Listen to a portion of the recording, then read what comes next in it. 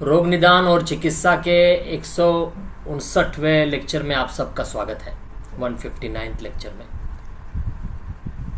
तो आज के लेक्चर में हम बात करने वाले हैं नेत्र रोग का। आयुर्वेदिक नेत्र रोग में आयुर्वेदिक क्लिनिकल एप्लीकेशन के बारे में आज हम बात करेंगे।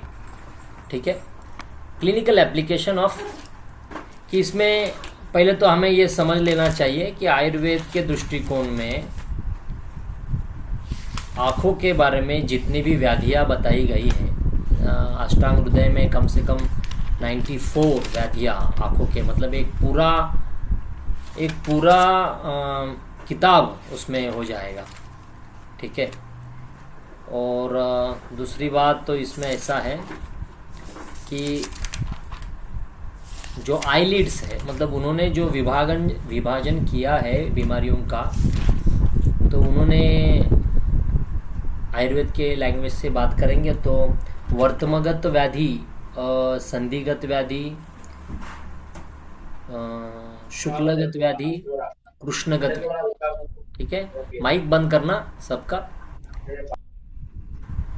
तो इन्हीं व्याधियों के हिसाब से अगर हम बात करेंगे तो वर्तमगत व्याधि मतलब जो आईलिड्स है उसकी व्याधियों के बारे में डिस्क्रिप्टिव बताया गया है। तो वर्तमगत व्याधि में भी वातज, पित्तज, कफज, कृमिज, आगंतुज ऐसे प्रकार बताए। ठीक है। संधिगत यानी कि जहाँ पे दोनों भी आईलिड्स जहाँ ज्वाइन होती है, वहाँ संधिगत में जो रोगों के बारे में कहा है, वहाँ पे भी उन्होंने वहाँ पे होने वाली पिटिका, स्वेलिंग, इन्फ्लेमेशन, ये भी बीमारियाँ उन्होंने आयुर्वेद में ग्रंथों में बताई है, आचार्य सुश्रुत ने और अष्टांग हृदय में भी। उसके बाद ये जो शुक्लगत है, अभी ये शुक्ल जो जगह है जो इसको स्क्लेरा कहते हैं, ये शुक्लगत का जो है वो भी इसी संधिगत में आता है क्योंकि वो वहाँ पे ज्वाइन होता है। तो उसमें होने वाली बीमारियाँ शुक्लगत में, ठीक है, उसके बारे में भी डिटेल में बताया गया है। उसके बाद में आते हैं बीच में जो अपना आइरिस है, ब्लैक स्पॉट है, जो दृष्टि है यहाँ पे जो दिखती है उसमें। तो दृष्टि में होने वाले बीमारियों के बारे में उन्होंने तिमिर नाम का एक बताया है। अभी बहुत बार लोग बोलते हैं कि तिमिर माने अपना कैटरैक्ट, ओके, लेकिन तिमिर माने कैटरैक्ट नहीं, मतलब पूरी तरह कैटरैक्ट नहीं, it is a type of a cataract. वातज तिमिर है, पित्तज है, कफज है, आगंतुज है। ठीक है, आगंतुज ये एक वायरल इन्फेक्शन में आने वाला है, वायरल में। तो उसमें उस तिमिर में आँखों के बारे में इतना सूक्ष्मतम उन्होंने लिखा है कि जो पहला लेयर है दृष्टि का, अभी उन्होंने दृष्टि का पूरा जो रेटिना का जो पार्ट है उसको एक लेयर वाइज उन्होंने ये किया है। मतलब आइरिस का जो पार्ट है, आइरिस मैं आपको पिक्चर से समझाने की कोशिश करूँगा। तो आइरिस का जो पार्ट है वो पहले पटल में आएगा। आइरिस के पीछे का जो पार्ट है, जो पोस्टीरियर कैविटी है, ठीक है, वो सेकंड पटल में है। उसके बाद जो रेटिना का जो एरिया है वो थर्ड पटल में है और ऑप्टिक नर्व जो है वो फोर्थ पटल में है। अभी रेटिना में मैक्यूला, फोविया, इसके ऊपर जो दृष्टि का प्रक्षेप गिरता है, जो चित्र गिरता है, वो बराबर वो चित्र उस फोविया पे, मैक्यूला पे गिरना चाहिए। अगर वो चित्र आगे गिरा या बहुत ही पीछे गिरा तो उसमें दृष्टि में भेद निर्माण होगा। आगे गिरा तो दिखेगा नहीं। बहुत ही ज़्यादा पीछे गिरा, मतलब जो दृष्टि पटल के ऊपर ज़्यादा ही ओवरशैडो हुआ, तो भी उसको दृष्टि में शेप निर्माण होगा। अभी यही जो रेटिनल जो पार्ट है, रेटिना, ये जो दृष्टि के पीछे का पोस्टीरियर जो पार्ट है, तो वहाँ पे जो रेटिनल में पार्ट में, रेटिनल पार्ट में कुछ पिगमेंटेशन है। क्या है? उसमें भी कुछ पिगमेंटेशन देने का कार्य करने के लिए जो कोरॉइड है, उस कोरॉइड में 2-3 लेयर्स होते हैं। ठीक है?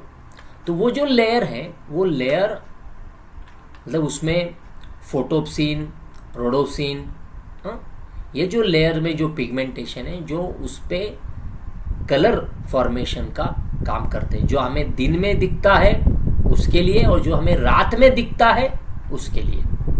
ठीक है? तो ये इस प्रकार से। तो पहले हम एक काम करते हैं, पहले हम ना उसकी फिजियोलॉजी को थोड़ा समझ लेते हैं, क्योंकि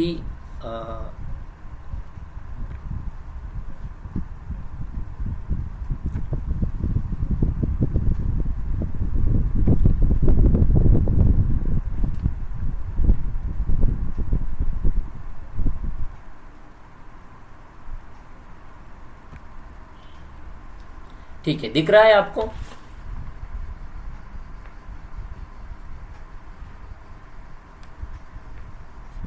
yes sir. Yes sir. Yes sir. Okay, तर ह्याच्यामध्ये शेअरिंगचा ऑप्शन आहे का?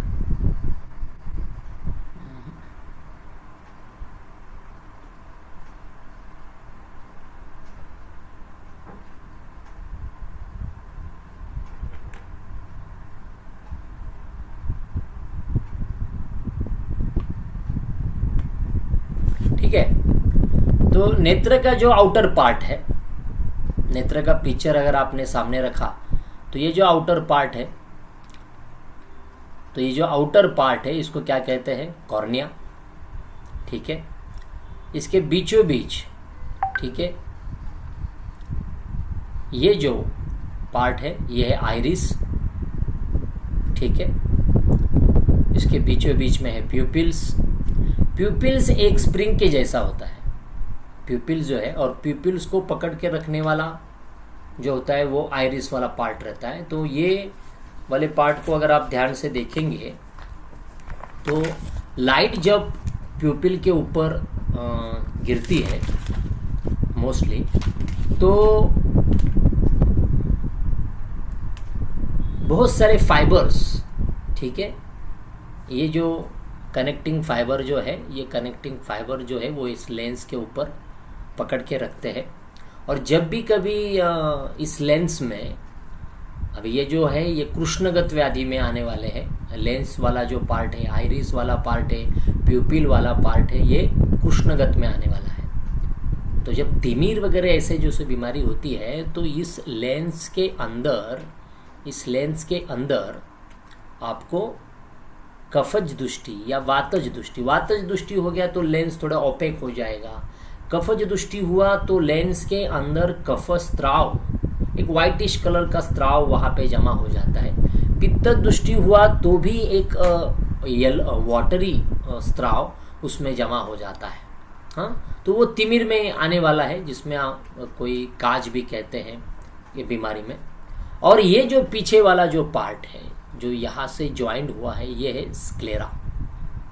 हाँ, ये है स्क्लेरा, और स्क्लेरा के बराबर नीचे है कोरोइड, और कोरोइड के नीचे है रेटिना। तो ये पूरा पार्ट जो है ये रेटिना के अंदर ही आता है। ठीक है?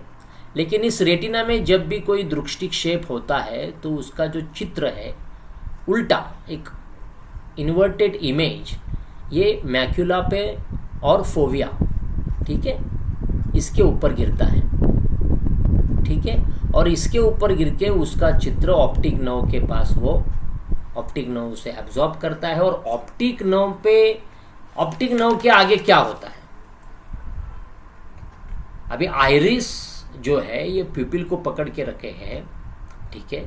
तो अभी ये जो आइरिस है, इन आइरिस के ऊपर अगर बहुत ही तेजी से अगर रोशनी आती है तो वो कॉन्ट्रैक्ट हो जाते हैं। ठीक है? तो उनके कॉन्ट्रैक्ट के लिए और उनके रिलैक्सेशन के लिए कुछ सिलियरी मसल्स वहां पे होते हैं। ठीक है? These are the ciliary muscles. ठीक है? अभी उनको कॉन्ट्रैक्शन के लिए भी अभी आयुर्वेद में सिंपैथेटिक और पैरासिम्पैथेटिक नर्वस सिस्टम ऐसा कुछ कहा नहीं गया है। वहां पे उन्होंने क्या कहा है कि भाई आत्मा मनसा संयुजते मन इंद्रिय न इंद्रिय कर्मेंद्रिय न ज्ञान, ऐसा एक ज्ञान प्राप्ति का उन्होंने एक सहयोग बताया है।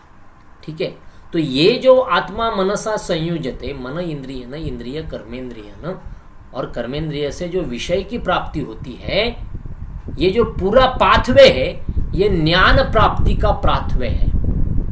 ज्ञान प्राप्ति का पाथवे माने टू अंडरस्टैंड। अभी ये जो अभी हम दृष्टि को देख रहे हैं, इस दृष्टि की प्रतिमा ऑप्टिक रेटिना पे गिर के रेटिना से ऑप्टिक नर्व के ऊपर गिरेगी। ऑप्टिक नर्व उसको कोडिंग फॉर्मेशन में ऑप्टिक डिस्क के पास लेके जाता है। कोडिंग फॉर्मेशन में ऑप्टिक डिस्क के पास लेके जाता है। अभी ऑप्टिक डिस्क के पास लेके जाने के बाद अभी समझो राइट साइड का जो आंख है उसका पीछे जाने वाला जो है वो लेफ्ट साइड में ऐसा घूम के जाता है, और लेफ्ट साइड का जो आंखें का जो दृष्टि शेप ऑप्टिक नर्व है वो राइट साइड से घूम के ऐसा ज्वाइन होके ऑप्टिक डिस्क में आता है। तो इस ऑप्टिक डिस्क के ऊपर जाने के बाद आगे जाके ये दोनों भी एक जगह पे आके यूनाइट होते हैं, उसको बोलते हैं ऑप्टिक चाइज्मा। ये मैं फिजियोलॉजी बता रहा हूं, विजुअल पाथवे कैसा रहता है इसके बारे में आयुर्वेद में नहीं बताया गया। आयुर्वेद में डायरेक्ट हर एक सेंसरी ऑर्गन जो है उसको एक आत्मा मनसा संयोजित मन इंद्रिय न इंद्रिय कर्मेंद्रिय न, और कर्मेंद्रिय से ज्ञान प्राप्ति। ठीक है, यही कहा गया है। और अगर ऐसा कहा जाएगा तो ये जो हम विषय है, यानी कि ये जो सेंसरी रिफ्लेक्सेस, फोटो का जो लाइट है या फोटो तो वो जो हमारी आंखों के ऊपर गिर रहा है, ये एक सेंसरी रिफ्लेक्सेस है। तो इस सेंसरी रिफ्लेक्स को ऑप्टिक चाइज्मा पे लेके उधर कुछ जेनिकुलेट बॉडियाँ होती है, जैसे कि लैटरल जेनिकुलेट बॉडी है। ठीक है, वो ऑप्टिक चाइज्मा ऑप्टिक ट्रैक से ये सारा डाटा मस्तिष्क में कॉर्टेक्स एरिया में, मेडुला और कॉर्टेक्स एरिया में कुछ एरियाज है 17, 18, 19।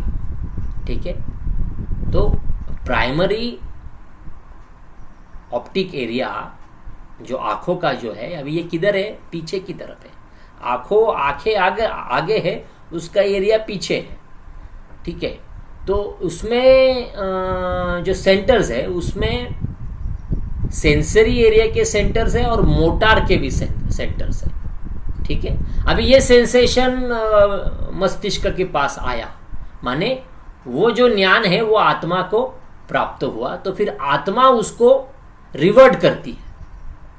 आत्मा उसको रिवर्ट करती है माने सेंसरी एसोसिएट एरिया में वो आने के बाद उसके ऊपर एनालाइज होता है कि भाई ये प्रतिमा किसकी है, आदमी की है, प्राणी की है, किसी व्यक्ति की है, रात की है, छोटी है, बड़ी है, उसका स्ट्रक्चर, शेप, वॉल्यूम पूरा एनालाइजिंग ये सेंसरी एसोसिएट एरिया में। अब ये ऑप्टिक का जो एरिया है, यहां से वो एनालाइजिंग के लिए बीच वाला जो sensory area number 1, area number 2, area number 3, ठीक है, यहां पे वो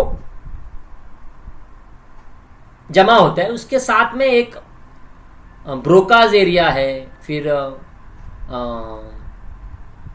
विल्किस एरिया है। इनको वो एसोसिएट करके एक डिसीजन कैरी करता है। वो डिसीजन मोटार एरिया से रिवर्ट बैक होता है। फिर कहां पे वो फिर जाएगा, मेडुला ऑब्लोंगेटा में, मेडुला ऑब्लोंगेटा से फिर ऑप्टिक्स में, और फिर वो एक दृष्टि की जो प्रतिमा है, सीधा प्रतिमा आंखों को दिखाई देगी। गई थी उल्टी, आई है सीधी, और वो फिर से ऑप्टिक चाइज्मा थे, ऑप्टिक डिस्क के ऊपर वो प्रतिमा दिखेगी, और उस प्रतिमा का प्रतिबिंब आप आंखों से सामने देखते हैं। तो इसमें पूरा जो है ये लाइट को अपने लाइट का प्रेशर को, उसकी प्रेशर को अपने आप से एडजस्ट करना, ये प्यूपिल का काम है। उसको मदद करने का काम आइरिस का। ठीक है, अभी आइरिस का जिस प्रकार से कलरेशन रहेगा उस प्रकार से आंखों का भी कलरेशन रहेगा। ठीक है, उसमें जो अभी उनको न्यूट्रिशन देने वाला मटेरियल एक्वस ह्यूमर जो है वो उस एंटीरियर एरिया में, एंटीरियर चेंबर में होता है, और वैसा ही पोस्टीरियर में भी एक लिक्विड होता है जो रेटिना, कोरॉइड, स्क्लेरा इनको पोषण करता है। ठीक है, तो ये दोनों भी फ्लूइड, एंटीरियर का और पोस्टीरियर फ्लूइड, ये दोनों भी एक दूसरे के साथ में मिलते नहीं हैं, लेकिन अगर कोई बीमारी होती है जिसमें वो अगर लीक हो जाता है तो ये एक्वस ह्यूमर पोस्टीरियर एरिया में आ सकता है। ऐसी बहुत सारी बीमारियां आंखों में होती है। तो पहले तो एक कंसेप्ट समझ के लो कि भाई इस प्रकार का आंखों का दृष्टिक्षेप है। जो प्रतिमा जो है वो प्यूपिल से रेटिना के ऊपर गिरेगी, रेटिना से ऑप्टिक डिस्क के ऊपर आएगी, ऑप्टिक डिस्क के ऑप्टिक चाइज्मा में, ऑप्टिक चाइज्मा से मस्तिष्क में, मस्तिष्क में जो विजुअल एरियाज है 17-18 वहां पे वो लिया जाएगा, और उसका फिर रिवर्ट बैक मोटर एरिया भी, उसमें भी वो दिया जाएगा। तो इस प्रकार से उसका पाथवे कैरी होता है। आयुर्वेद में 76 टाइप्स के रोग, नेत्र रोग बताए हैं, अष्टांग हृदय में 94 बताया। अभी हम बात कर रहे हैं वर्तमगत जो व्याधि है, आईलिड्स के डिसऑर्डर्स के बारे में। अभी आईलिड्स के डिसऑर्डर्स में अगर आप ध्यान से देखेंगे, मैं आपको कुछ पिक्चर्स शो करता हूं। ठीक है, तो वर्तमगत में व्याधियों में कौन कौन सी, वर्तम माने आईलिड्स, ठीक है, आईलिड्स की बीमारियों में कौन कौन सी व्याधियां बताई गई है। ठीक है, उन्होंने पहला कहा है कृच्छोन्मीलन, निमेश, वर्त्मशोथ, पक्ष्म साथ, पक्ष्म कोप, अर्म, वर्त्म अर्बुद, कुंभिका। ठीक है, ये सारे नाम उन्होंने बताए हैं। फिर से एक बात बोलता हूं, कृच्छोन्मीलन, निमेश, वातहत, कुंभिका, कफोत्क्लिष्ट। अभी क्लिष्ट, अभी नाम से ही क्लिष्ट जो है कि भाई क्लिष्ट माने उसको आईलिड्स को बंद चालू में तकलीफ उत्पन्न होना। अब वो किसके कारण होता है? कफोत्क्लिष्ट, कफ का कोई बैक्टीरियल इन्फेक्शन होता है, या पित्त की वजह से कोई इन्फ्लेमेशन होता है, या कोई वात की वजह से इन्फ्लेमेशन होता है, या कभी कभी रक्त के दृष्टि से उत्पन्न होने वाला क्लिष्ट। और उसमें आगे ये क्लिष्ट आगे अगर उसको उसी समय में अगर ठीक नहीं किया गया, आईलिड्स को स्वेलिंग आ गई है, कभी कभी उसके ऊपर इन्फेक्शन होने के बाद एक व्हाइटिश कलर का वहां पे आईलिड्स के ऊपर डस्ट अपने आप बनता है, डस्ट बनता है, और वो डस्ट फिर आंखों के अंदर आने की कोशिश करता है, जिससे उसको इरिटेशन होता है आंखों में, उसको पेन होता है। वो डस्ट थोड़ा सा भी ये आपके आईलिड्स को नीचे करेंगे तो वो उसमें उत्पन्न होता है। अगर समझो उसमें इन्फ्लेमेशन हो गया, पित्त दृष्टि होगी, पित्त क्लिष्ट, तो वो लाल हो जाती है, पूरी तरह से सूज जाता है। हाँ, उसमें कोई पिटिका उत्पन्न नहीं होती है इसमें, ये क्लिष्ट के बारे में बात कर रहा हूं मैं, बस यार उसमें इन्फ्लेमेशन हो गया है। वातज में क्या है, वातज में थोड़ा सा पेनफुल रहता है, बहुत पेन होता है वहां पे, माइट भी किसी ने काटा होगा, या एंट बाइट होगा, या कोई इन्फ्लेमेशन होगा जिसकी वजह से वो आंखें खोल नहीं पाता है, इतना वातोत्क्लिष्ट होता है। रक्तोत्क्लिष्ट और पित्तोत्क्लिष्ट सेम है। इसको अगर ट्रीट नहीं किया गया तो आगे क्या होगा, आगे वहां पे एक पिटिका उत्पन्न होगी। क्या होगा, वहां पे एक पिटिका उत्पन्न, आईलिड्स के ऊपर पिटिका उत्पन्न होना, ये पोथकी कह सकते हैं, या यही आईलिड्स का जो जंक्शन है, कभी कभी इस जंक्शन में एक पिटिका उत्पन्न हो जाती है। हाँ, वो दर्द वाली रहती है, और उस पिटिका के कारण आंखों को बंद चालू करने में, अभी उसको हम देखेंगे तो शुक्लगत में जा सकता है, लेकिन उन्होंने उसको वर्तमागत में ही रखा है, क्योंकि वहां पे भी मतलब at the end of the वर्तमा एक पिटिका उत्पन्न अंदर की इनवर्ड्स में उत्पन्न होता है। कभी कभी होता है कि आईलिड्स के नीचे आपको कुछ पिटिका उत्पन्न होती है। ठीक है, अब उसमें एक और उन्होंने अर्बुद भी बोला है। देखो, क्लिष्ट है, फिर पोथकी है, और फिर अर्बुद है। अब उसको भी आपने ट्रीट नहीं किया तो वो पकेगा, वो पकेगा तो उसमें से पानी निकलेगा। पहला तो क्या निकलेगा, सिक्रीशन निकलेगा। ये सिक्रीशन आंखों में गया तो और इरिटेशन होगा। उसको भी ट्रीट नहीं किया तो उसमें से पस आएगा, जिसको पुयालस कहेंगे, जिसको पुयालस कहेंगे। कभी वो इनवर्ड अगर पोथकी है या अपवर्ड आईलिड के ऊपर, अगर जैसे स्टाई के टाइप में हम बोलते हैं उसको, या तो उस प्रकार से उत्पन्न होने वाले ये इस प्रकार के लक्षण इसमें दिखाई देती है। अभी आगे उन्होंने कुछ वर्तम के इन्फ्लेमेशन के बारे में ही उन्होंने कहा है। तो इतना तो आपको समझ में आ गया। इसका थोड़ा सा मैं आपको पिक्चर में समझाने की कोशिश करता हूं।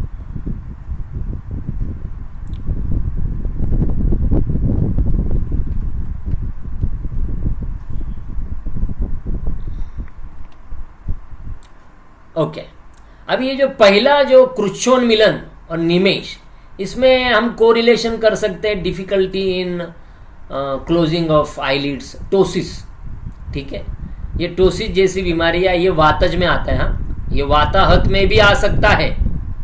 हाँ, वाताहत में कुछ न्यूरल प्रॉब्लम की वजह से उत्पन्न होने वाली ये कारण। ठीक है, अभी इन्होंने क्रुच्छोन्मिलन, निमेश आणि वाताहतम ऐसे 3 व्याधियां बताई, जिन इन तीनों में भी आईलिड्स को बंद करने में तकलीफ होती है।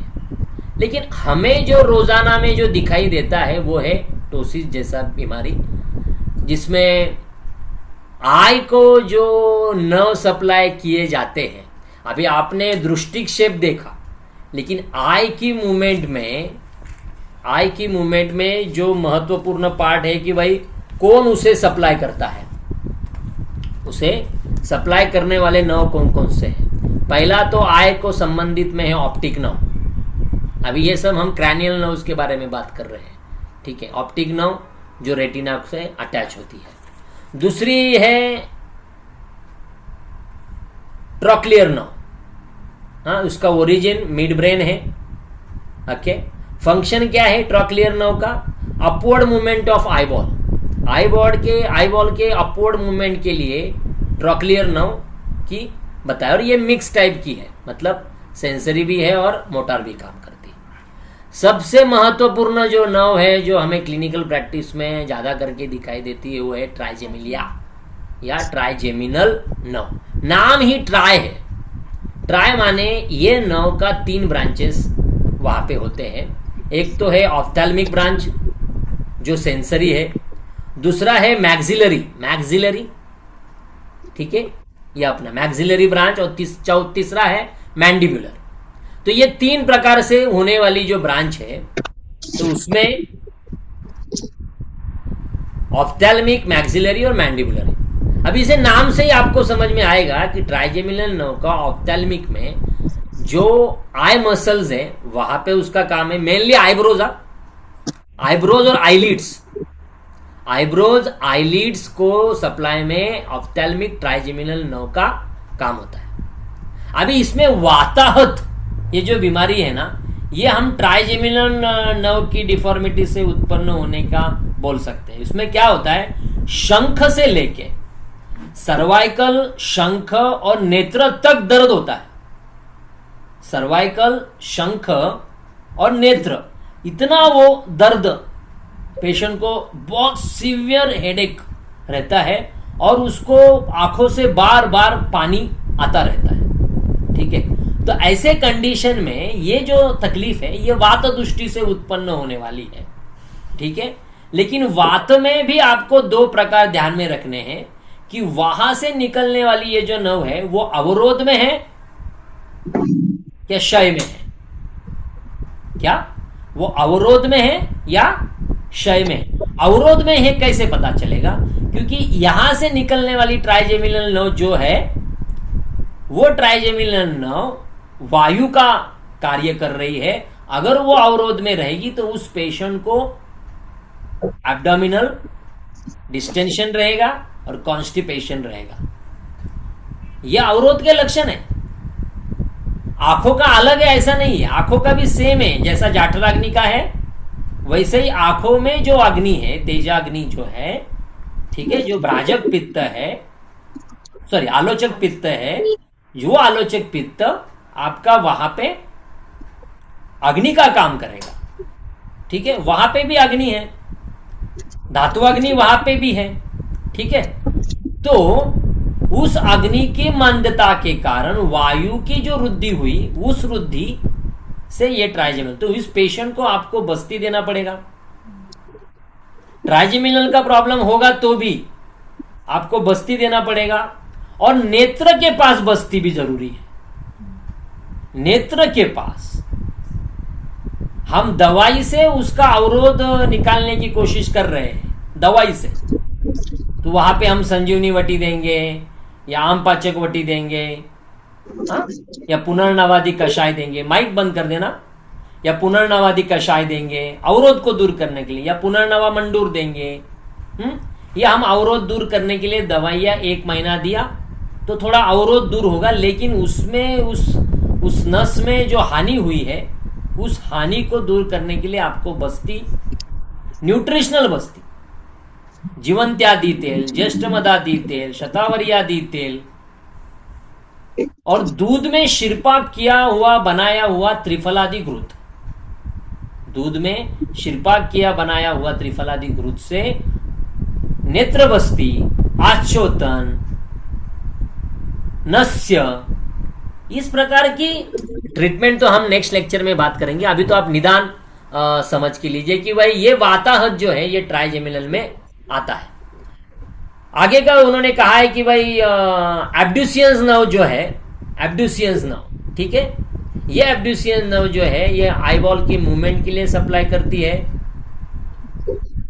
और तो ये जो 3 ब्रांचेस उन्होंने कहा है कि भाई ट्राइजेमिनल नर्व, ट्रॉक्लियर नर्व और एब्ड्यूसियंस नर्व और ऑप्टिक नर्व, ऐसी 4 क्रैनियल नर्व आंखों के संदर्भ में होती है। ठीक है, इतना समझ में आया। आगे बात करेंगे, ये देखिए, अभी इधर आईलिड्स के ऊपर जो स्वेलिंग है, ठीक है, जैसे मैंने कहा अभी ये कफोत क्लिष्ट रहेगा या वातज क्लिष्ट रहेगा, क्लिष्ट, ठीक है, ये स्टा, ये अंजन नामिका, क्यों यहां पे अगर पिटिका उत्पन्न हुई, स्वेलिंग था तब तक क्लिष्ट में था, अब वहां पे पिटिका उत्पन्न हुई तो आप उसको स्टाय कहो, या अंजना नामिका, अंजन नामिका भी कह सकते हैं, या उसको चैलेजियन जो हम मॉडर्न में कहते हैं उसे उत्संग। लेकिन इसका प्रक्रिया संप्राप्ति कैसे रहेगी?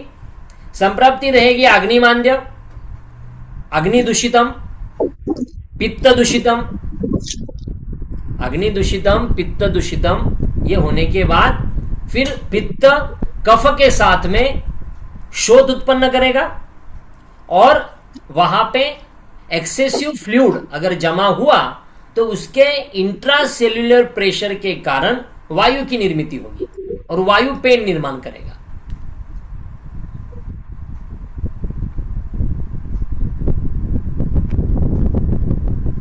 ठीक है, तो वहां पे ट्रीटमेंट देने के टाइम में भी आपको अग्नि के ऊपर काम करना है। देखो अग्नि माने, अभी बहुत सारे लोग बोलते हैं कि सर अग्नि माने हम किसको ट्रीट करें? अग्नि माने समान वायु को ट्रीट करो। सर तभी भी समझ में नहीं आता, समान वायु माने किसको ट्रीट करो? ग्रहणी को ट्रीट करो। ग्रहणी जैसा व्याधि जो हमें शास्त्र में कहा गया है, जो बताया है, वो एक्चुअली अग्नि को ट्रीट करने का ही व्याधि है।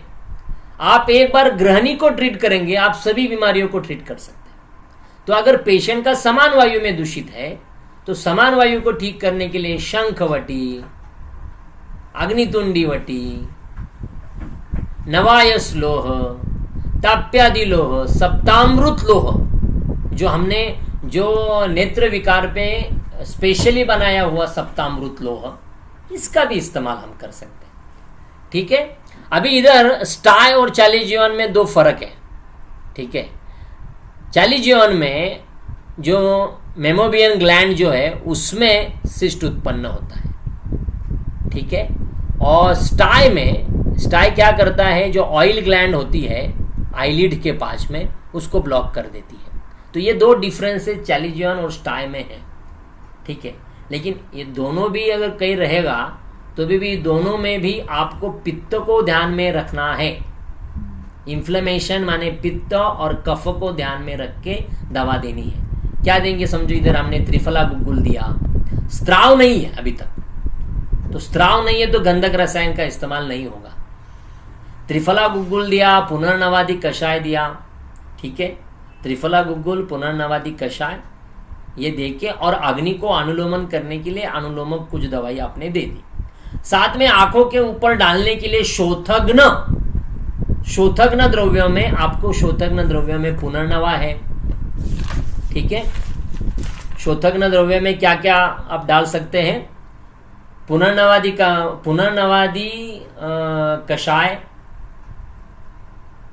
या त्रिफलादि जो घृत है।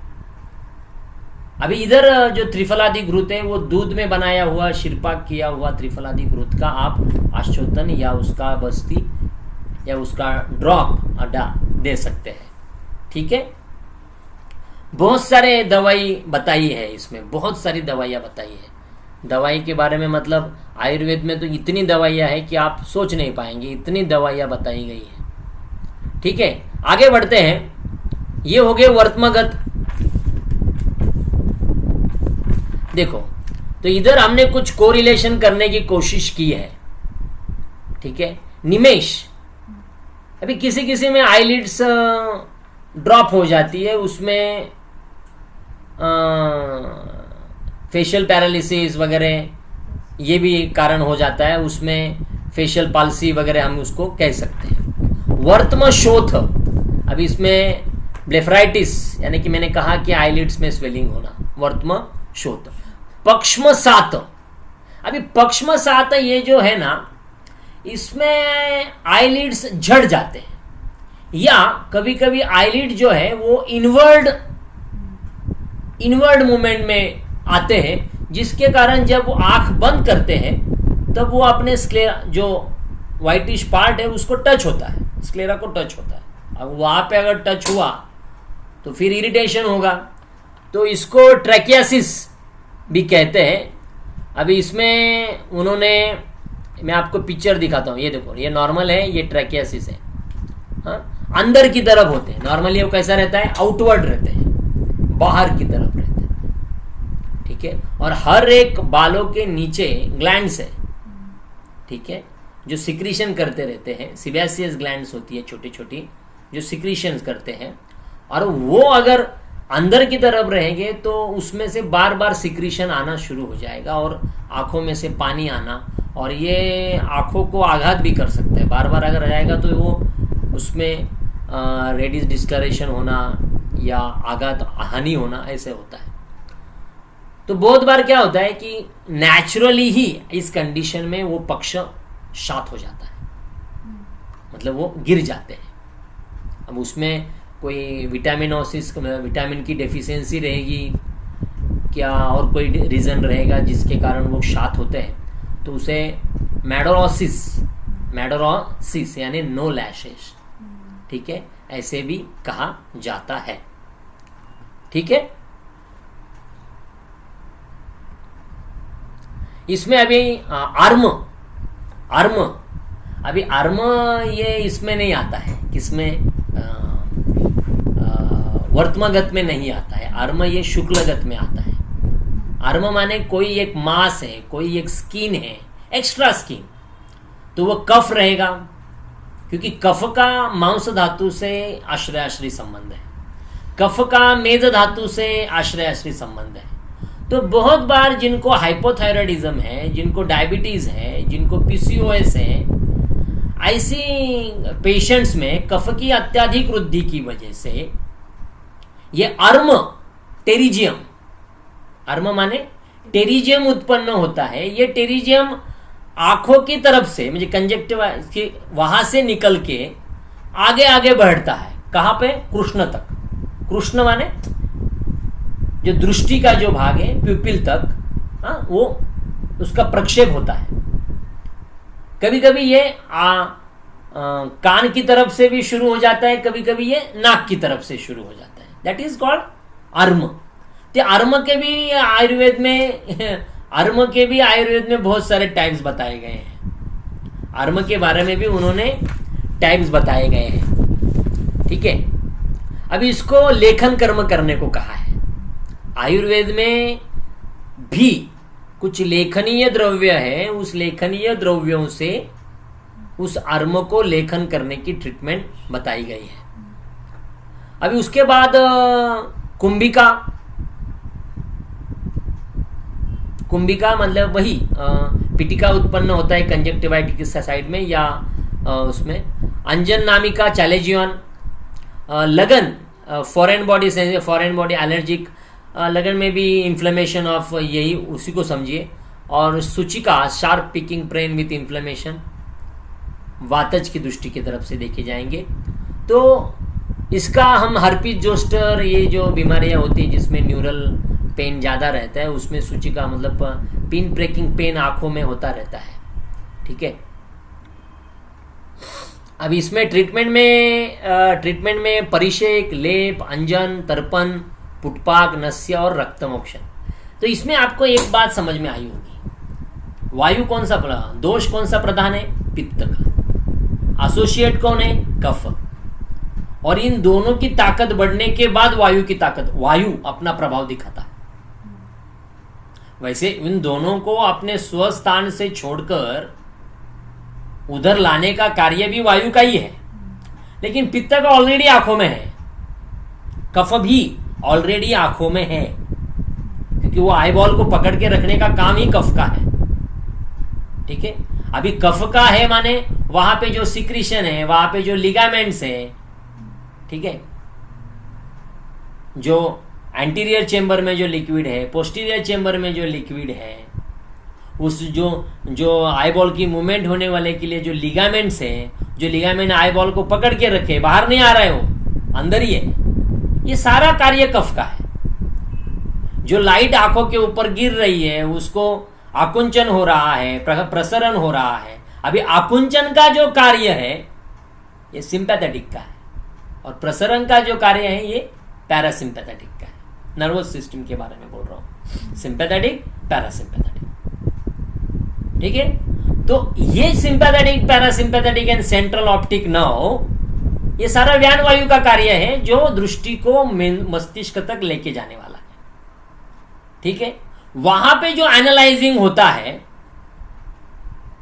जो वर्निक्स एरिया है, ब्रोकाज एरिया है, सेंसरी एरिया है, मोटार एरिया है एंड ऑप्थेल्मिक एरिया है, इन सारे एरियाओं का एनालाइजिंग होने के बाद जो चित्र आंखों के सामने आता है, जिसे आयुर्वेद ने बुद्धि कहा गया है। एनालाइजिंग माने बुद्धि, मतलब आत्मा मनसा संयुजते, मन इंद्रियन इंद्रिय अर्थेन, उससे क्या प्राप्त होगा?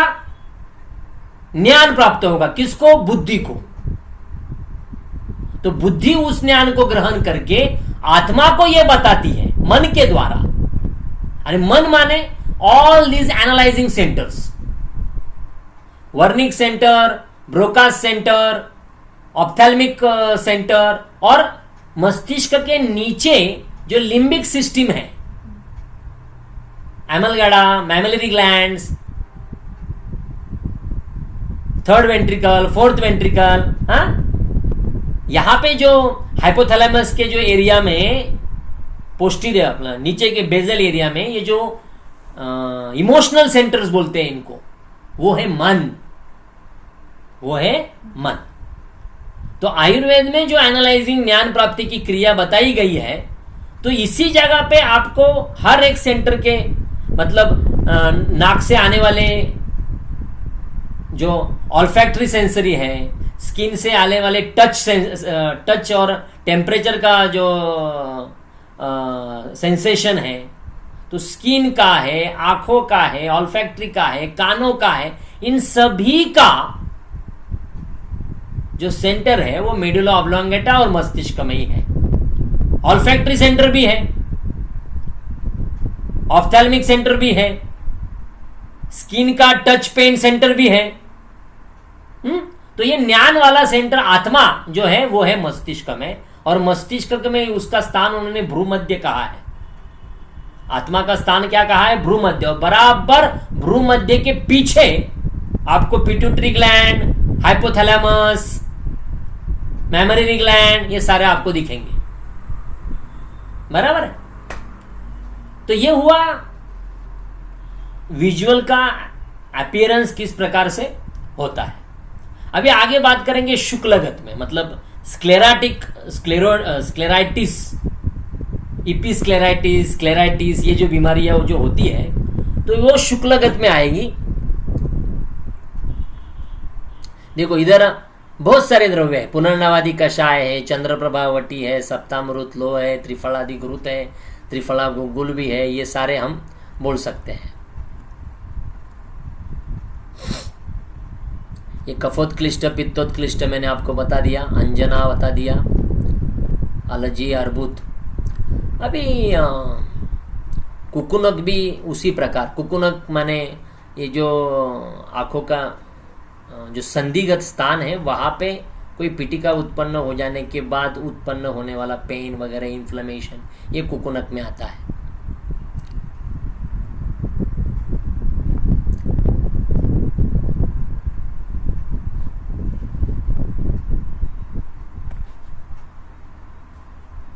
ठीक है, अभी नेक्स्ट में है शुक्लगत में शुक्तिका, अर्म और सिराजाल, ऐसा कहा है। स्क्लेरल डिसऑर्डर्स मेनली 3 डिसऑर्डर्स क्या है, शुक्तिका, अर्म और सिराजाल।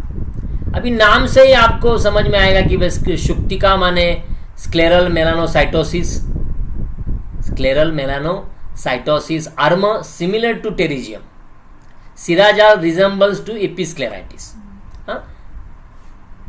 स्क्रीन के साथ कोई कुछ करो मत। ये देखो, ये है शुक्तिका, डिस्कलरेशन होता है, हाइपोर पिगमेंटेशन होगा या हाइपोपिगमेंटेशन होगा। स्क्लेरा में पिगमेंटेशन ज्यादा होता है वहां पे, शुक्तिका में।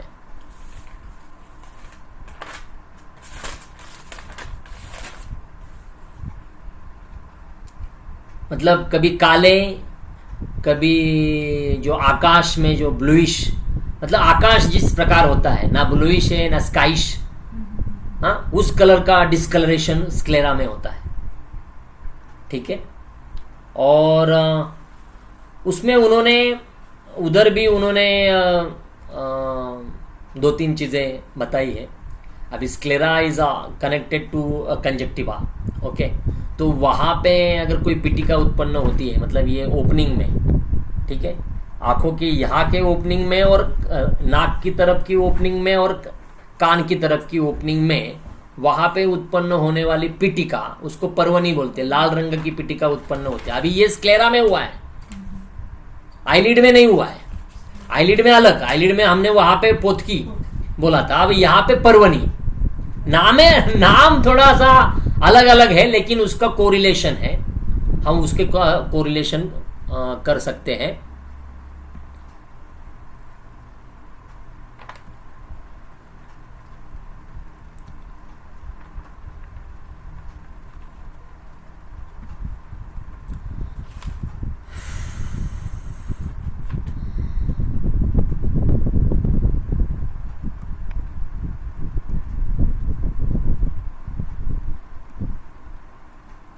सर ये शुक्तिका किस वजह से, किस दोष के कारण सर होगा ये?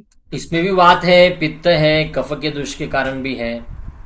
ठीक है, ये देखो, शुक्तिका is a dark brown colour lumps और spot resemble to the piece of muscle appearance in on the sclera, okay, with resembles to an oyster shell. Oyster shell के जैसा उसका कलर होता है, जो शंख का जो कलर होता है उस प्रकार से होता है। विटिएशन ऑफ पित्त एंड कफदोषा, इधर भी पित्त, देखो जहां जहां पे इन्फ्लेमेशन है वहां वहां पे पित्त और कफदोष की दृष्टि है, और इन दोनों की दृष्टि तो हमेशा नेत्र रोग को ठीक करना है तो पित्त दोष को पहले ठीक करो, और नेत्र को सबसे ज्यादा बाधा होती है कफ से। पित्त को ठीक करो माने, पित्त माने अग्नि, अग्नि को सही तरीके से रखो, और इसका परिणाम शरीर में उत्पन्न होने वाला कफ, अत्यधिक मात्रा में कफ, यह आंखों को बाधा पहुंचाता है। यानी कि डायबिटीज में जो अत्यधिक मात्रा में उत्पन्न होने वाला क्लेद, कफ, आंखों को बाधा उत्पन्न करता है। हाइपोथायरॉयडिज्म में अत्यधिक मात्रा में उत्पन्न होने वाला कफ आंखों को बाधा उत्पन्न करता है। पीसीओडी में अत्यधिक मात्रा में उत्पन्न होने वाला कफ यह आंखों को बाधा करता है। तो हमेशा आंखों को बाधा करने वाला जो दोष है वो है कफ। उसको वमन से हर साल अगर वसंत में अगर आप वमन करते हैं तो आपके आंखों को उसकी बाधा नहीं रहती है। दूसरा जो चैनल है, मैकेनिज्म जो है, जो फोटोसिंथेसिस है, फोटोनेशन है, पिक्चर को कैप्चर करने की जो एक्टिविटी है, ये सारा कार्य पित्त और वायु का है। उसको पिगमेंटेशन करना, आइरिस को कलरेशन करना, किसी चित्र को रंग देना, जो हम देख रहे हैं रेटिना के अंदर जो फोटोप्सिन और रोडोप्सिन ऐसे दो पिगमेंट है जो कलर प्राप्त करके देंगे। अगर ये नहीं रहेंगे तो आपको कलर समझ में नहीं आएंगे। तो ये काम भी पित्त का है। तो जिस पेशेंट में हाइपर पिगमेंटेशन है तो उसको कलर में कुछ समझ में नहीं आएगा। उसको रोडोप्सिन समझो ज्यादा मात्रा में है, फोटोप्सिन समझो ज्यादा मात्रा में है, तो उसको कोई लाल रंग बहुत ज्यादा लाल दिखेगा, पीला रंग बहुत ज्यादा पीला दिखेगा, जिससे उसको दृष्टि हानि, दृष्टि नाश उत्पन्न हो सकता है। तो उसका पित्त को कम करना पड़ेगा। पित्त माने पाचक पित्त। पित्त के बारे में जब भी हम बात करते हैं तो पाचक पित्त के बारे में बात करते हैं। और पाचक पित्त कहाँ है? ग्रहणी के पास है। तो ग्रहणी में जो पाचक पित्त है, पहले उधर उसको ठीक करो। और स्थानिक जो आंखों में जो पित्त है उसके लिए आपको कुछ ड्रॉप्स हैं, कुछ आच्छोतन है, कुछ अवसेचन है, कुछ बस्ती है और कुछ ड्रॉप्स है, क्योंकि ड्रॉप भी आपके आंखों में ही जाएंगे। ध्रुवादि घृत है, जीवंत्यादि घृत है, शतावरी आदि घृत है, मोरिंगा से बनाया हुआ भी घृत है, मोचरस से बनाया हुआ भी घृत है। बहुत सारे घृत है जो हम चिकित्सा में बात करेंगे। तो समझ में आया शुक्लगत शुक्तिका के बारे में? गीतू जी समझ में आया दोष कौन सा है इसमें? Yes sir, yes sir. अभी इसमें दूसरा उन्होंने बताया है कि शुक्ल अर्ण, white colour patches, opacity on sclera leading to visual, ये उसी प्रकार शुक्तिका के प्रकार ही है। इसमें भी उन्होंने क्या कहा है? लेखन थेरेपी कहा गया है। अभी उसमें अगर वो आर्म की तरह, टेरिजियम की तरह अगर वो बढ़ रहा है तो उसमें कुछ लेखनीय द्रव्यों से बनाया हुआ घी, लेखनीय द्रव्यों से, जैसे लोध्र, त्रिकटु, ठीक है, लोध्र, त्रिकटु,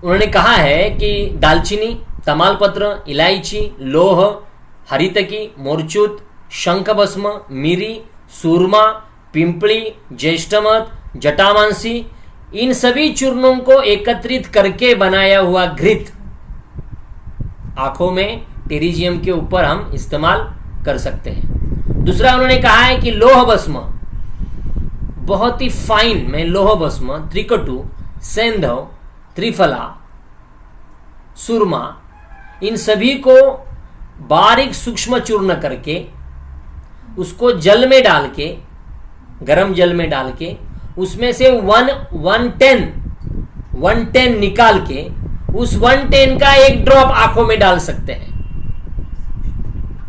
सूक्ष्म करके, ठीक है। नस्य करने के लिए भृंगराज तेल उन्होंने कहा है, वो नस्य के लिए इस्तेमाल कर सकते हैं। तो इस प्रकार से आप अर्म की ट्रीटमेंट के बारे में हम बात करेंगे नेक्स्ट लेक्चर में। अभी ये बलास ग्रथित है, इसमें small hard eruption on the sclera appearing white और transparent bubble like structure sclera के ऊपर आता है। और कभी कभी कॉपर के कलर जैसा, कॉपर के कलर जैसा एक दाग स्क्लेरा के ऊपर आ जाता है। ठीक है, उसको कभी कभी पेन होता है, कभी कभी नहीं भी होता है। ठीक है, और ये जो भी अर्म स्क्लेरा के ऊपर आ रहा है, जो भी मतलब स्किन के ऊपर स्किन आ रही है, मांस आ रहा है, अर्म आ रहा है, ये सारा कफ के कारण हो रहा है। यहाँ पे प्रधान कौन है? कफ। ये वर्तमा में प्रधान कौन था? पित्त। और यहाँ पे प्रधान कौन है? कफ। अर्जुन, रेड स्पॉट, अभी उन्होंने सिर्फ रेड स्पॉट बोला है, लेकिन हम कहते हैं कि भाई पूरा आंखा ही लाल हो जाता है, कभी कभी पूरा रेडिश, कभी कभी कोई बॉल लग गया, मार लग गया, किसी ने मार दिया, तो वहां पे वो हिमोरेज होता है, स्क्लेरल हिमोरेज होता है। हाँ, तो वहां पे अगर बहुत ही ज्यादा इंटरनल प्रेशर अगर बढ़ गया तो आंखों में दर्द ज्यादा होता है। तो ऐसे इंटरनल प्रेशर में आपको आंखों के बाजू में जो अपांग जो मर्म है उसको छोड़ के आपको लीच थेरेपी कर सकते हैं, या आप वहां पे रक्तमोक्षण थेरेपी कर सकते हैं। यही हम ग्लाइकोमा में भी कर सकते हैं। ग्लाइकोमा में ये दृष्टिगत व्याधि में आता है। तो उधर जो इंटरनल प्रेशर बढ़ता है, पोस्टीरियर जो डिपार्टमेंट है, पोस्टीरियर, एंटीरियर चेंबर और पोस्टीरियर, पोस्टीरियर चेंबर का प्रेशर बढ़ता है, इंट्रा ऑप्टिकल प्रेशर बढ़ने के कारण ग्लाइकोमा होता है। ठीक है अर्जुन, समझ में आया? तो मैं आपको ये इमेज से बताता हूँ, इमेज से आपको थोड़ा सा अच्छा समझ में आएगा। शुक्ति का अर्जुना, ये देखो, ये सब कंजक्टाइवल हिमोरेज है। ठीक है, ये इपीस्क्लेराइटिस है। हाँ, रेडिश कलर का डिस्क्लेरेशन स्क्लेरा पे होता है, दिस इज इपीस्क्लेराइटिक। और यहाँ पे आंखों में ये जो शुक्ति का जो बताया गया है, वहाँ पे periocular and scleral pigmentation on right eye. अगर ये पिगमेंटेशन अगर आइरिस की तरफ और प्यूपिल की तरफ अगर आना शुरू हो गया तो दिखना बंद हो जाएगा। जो स्क्लेरा के ऊपर ये जो पिगमेंटेशन होता है ब्लूइश स्काई कलर का, ब्लूइश कलर का, अगर ये पिगमेंटेशन स्क्लेरा से आगे बढ़ते बढ़ते अगर ये प्यूपिल की तरफ अगर आना शुरू हो गया, आइरिस की तरफ आना शुरू हो गया, तो दृष्टि भेद होता है। ठीक है, इतना समझ में आया? अभी हम बात करेंगे कृष्णगत रोग के बारे में। कृष्ण माने दृष्टि, अभी ये मेन चीज है।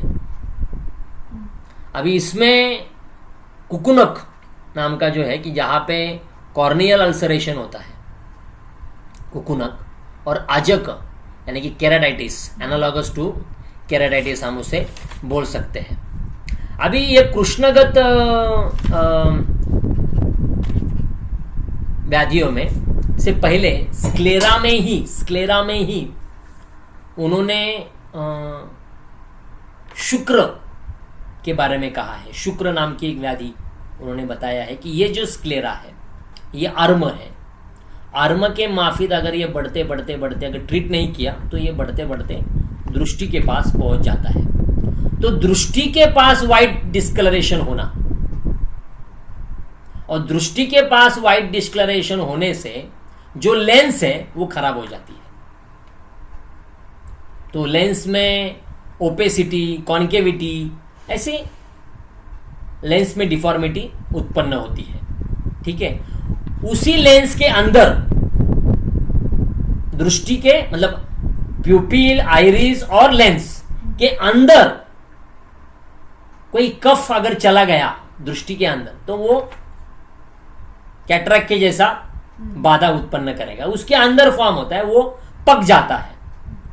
वो कफ होता है actually, it is a cough, it is a infected fluid, a collection of a infected fluid in between the lens and the iris।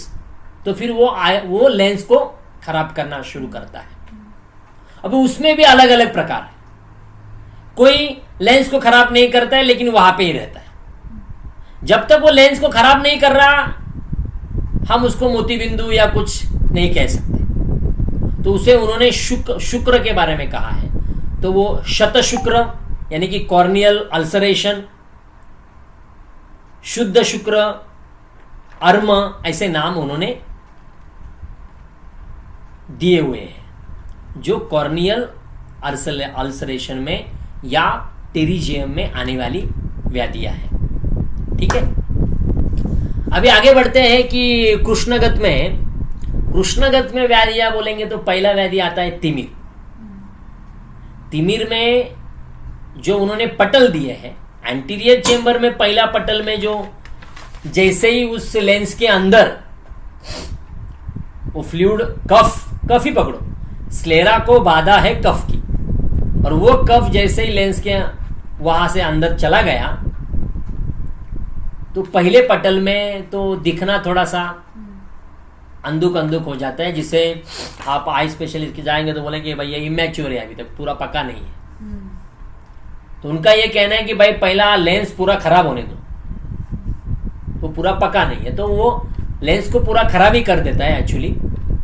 फिर उसमें पक्वता आती है क्योंकि वो आम रहता है, वो आम जल होता है, वो आम जल होता है जो लेंस के अंदर आया है, उसमें पक्वा अवस्था आएगी तो रोगा अवस्था आएगी, यानी वो वहां के धातु को पाक करेगा।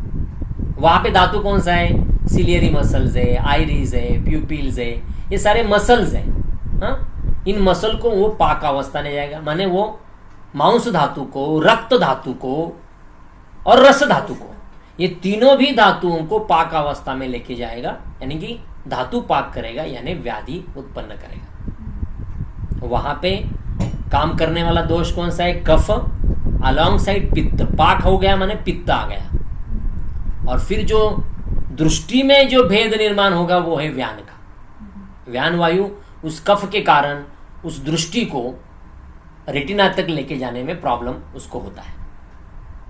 समझ में आया? तो ये पहला पटल में। दूसरे पटल में क्या होता है? दूसरे पटल में आइरिस में डिफॉर्मिटी हो जाएगी, प्यूपिल्स में डिफॉर्मिटी हो जाएगी। अगर आपने उसको ट्रीट ही नहीं किया तो आइरिस में डिफॉर्मिटी हो जाएगी, वो कॉन्ट्रैक्ट में प्रॉब्लम होगा, उसको रिलैक्सेशन में प्रॉब्लम होगा। ये सेकेंड पटल में। थर्ड पटल में उसकी पूरी लेंस खराब हो जाएगी, कांच बिंदु बोलेंगे उसको हम, उसकी पूरी लेंस खराब हो जाती है और पीछे बाजू में इंट्रा ऑक्यूलर प्रेशर बढ़ना शुरू हो जाता है, क्योंकि वो बहुत ट्राई करता है किसी चीज को देखने के लिए, लेकिन वो देख नहीं पाता। मतलब नजदीक से बहुत देखने की कोशिश करता है, दूर से बहुत देखने की कोशिश करता है, लेकिन बिकॉज ऑफ दैट कफ दोषा the patient can not read properly. ये होता है थर्ड पटल और फोर्थ पटल में, जहां दृष्टि फोविया और मैक्युला के ऊपर गिरती नहीं है। अभी यहां पे मैक्युलर डिजेनरेशन डिसीज हो सकता है, मतलब मैक्युला के ऊपर बाधा उत्पन्न होना, फोविया के ऊपर बाधा उत्पन्न होना, या रेटिना के डिस्क के ऊपर बाधा उत्पन्न होना। ये हो गए फोर्थ पटल के डिसीज।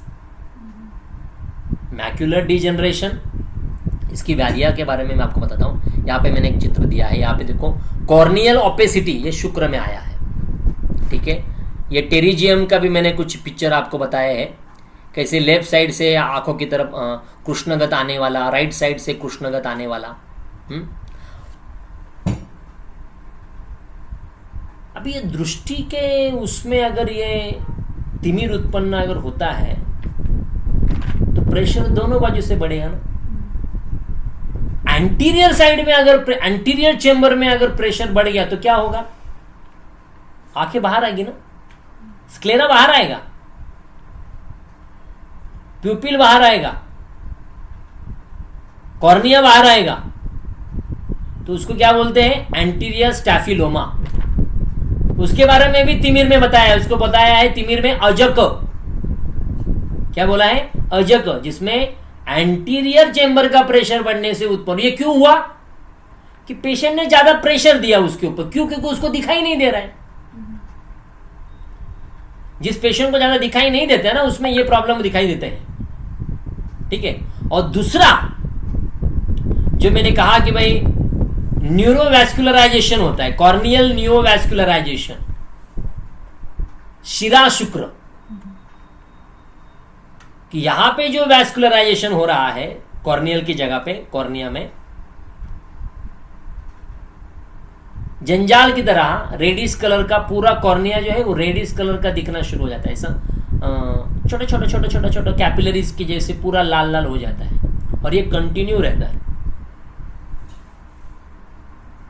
कॉर्निया एक्चुअली जो है वो आपका टेम्परेचर के साथ साथ आपका फोटो का प्रेशर, लाइट का प्रेशर, टेम्परेचर का प्रेशर, इन सभी को मेंटेन करने में कॉर्निया और कोरोइड दोनों भी मदद करता रहता है।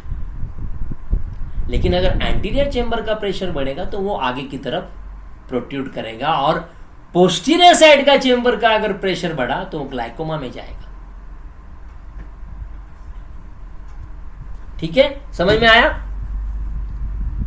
तिमिर, early stage of vision impairment, possibly myopia और कैटरैक्ट, लिंगनाश, complete vision loss similar to optic atrophy. देखो अभी इधर मैंने विजन डिसऑर्डर्स मैंने बताई है, ठीक है, जरा आप ध्यान से देखो। ये देखो इधर विजन कैसा है। नॉर्मल विजन में किसी एक से आने वाला जो चित्र है यहाँ पे, वो इस प्रकार से नीचे गिर रहा है और उसकी उल्टी प्रतिमा रेटिना के ऊपर आ रही है। रेटिना माने फोविया और मैक्यूला के ऊपर उसका पिक्चर आ रहा है, ठीक है।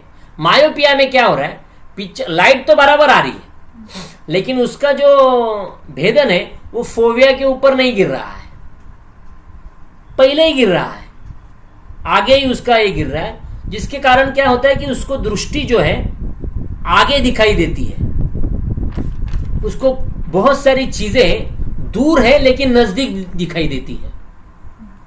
क्यों? क्योंकि वो चित्र फोविया के ऊपर, मैक्यूला के ऊपर गिर नहीं रहा। ये होता है मायोपिया में। और मैक्यूलर डिजेनरेशन में ये थर्ड और फोर्थ पटल में होने वाला है।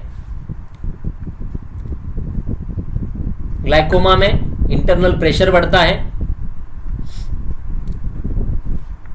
ठीक है।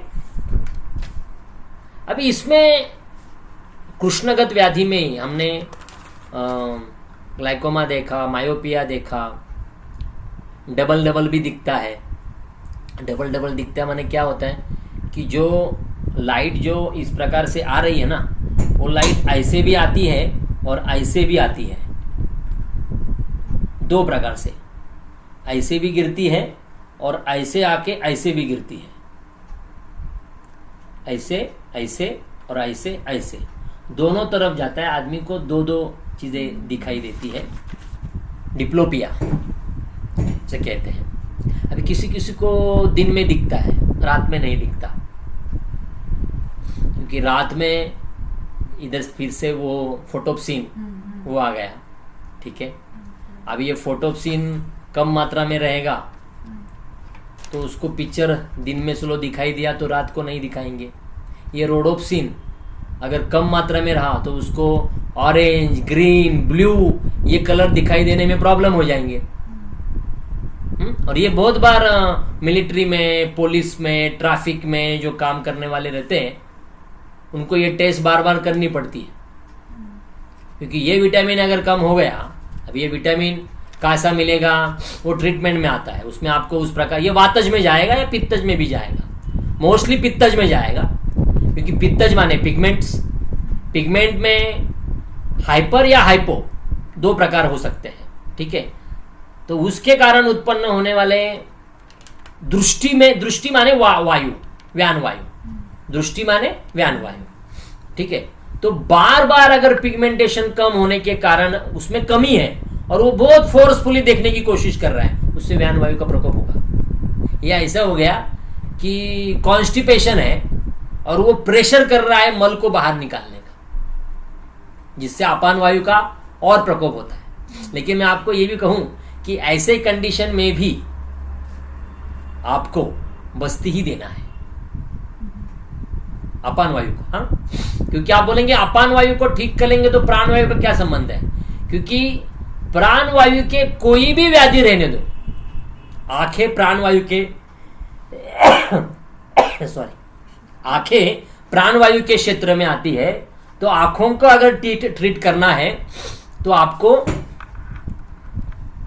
अपान वायु को ट्रीट करना पड़ेगा, बस्ती देना पड़ेगा। आप समझ रहे हैं? चार्जिंग वायर की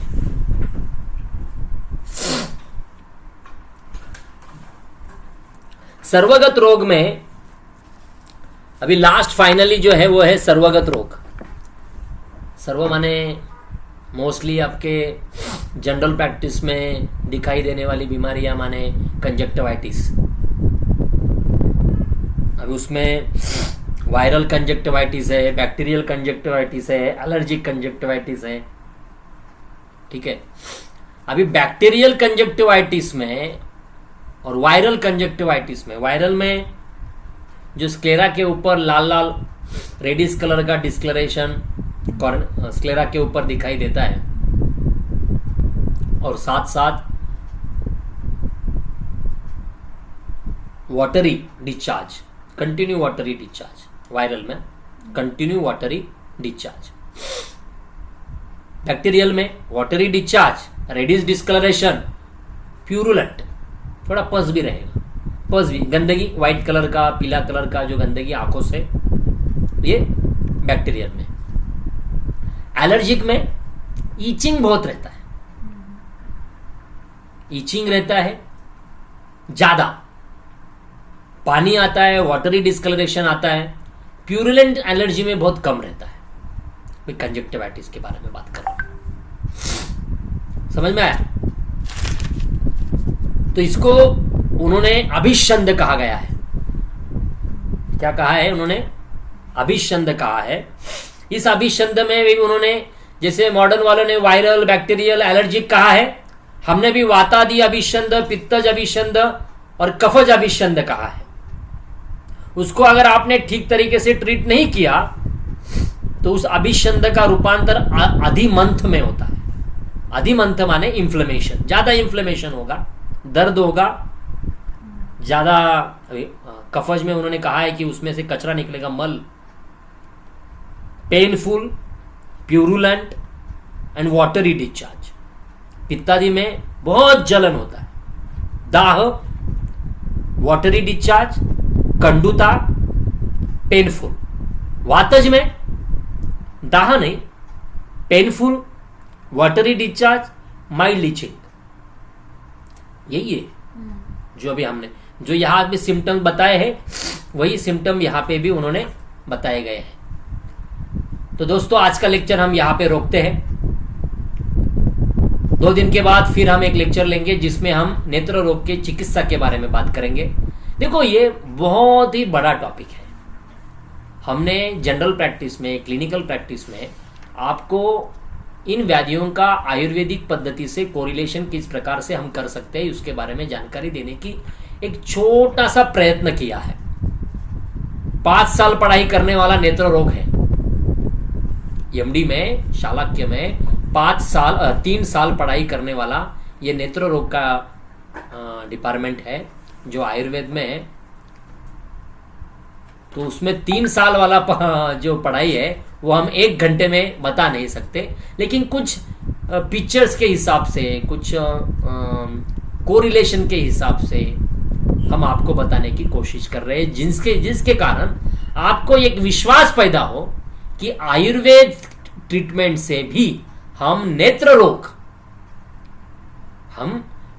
फिर वो वर्त्मगत हो, संधिगत हो, शुक्लगत हो, कृष्णगत हो या दृष्टिगत हो, ऐसे 5 ही पटलों के व्याधियों को हम ट्रीट कर सकते हैं। बहुत ही सुंदर सुंदर आयुर्वेदिक कल्प अष्टांग हृदय में, शुश्रूष संहिता में बताए गए हैं। बात इतनी है कि वो मार्केट में नहीं मिलते हैं, आपको वो बनाने पड़ेंगे। वो घी आपको बनाना पड़ेगा, वो वर्तिका आपको बनानी पड़ेगी।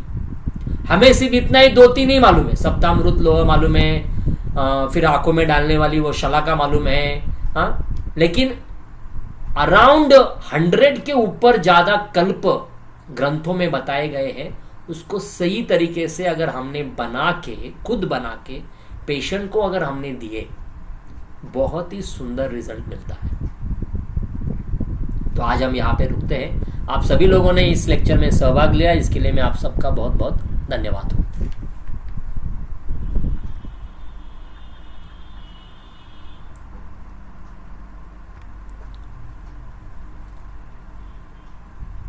आई फ्लोटर्स भी उसी में आता है, वर्तमगत में आने वाला है।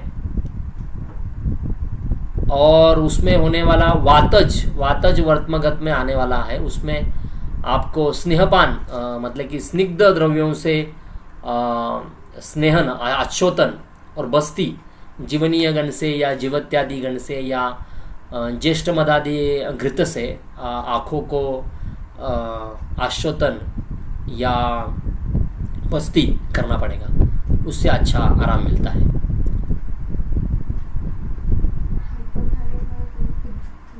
हाँ, हायपोथायरॉइड में जो म्हणजे त्याचा अँटिरियर साईडचा जो प्रेशर आहे ना तो वाढतो आणि तो प्रोट्रूट होतो. आपण पहिलं पण म्हणलंय की हायपोथायरॉइडिझम इज अ कफदोषा आणि हायपर थायरॉइडिझम इज अ पित्तदोषा. आलं लक्षात? येस.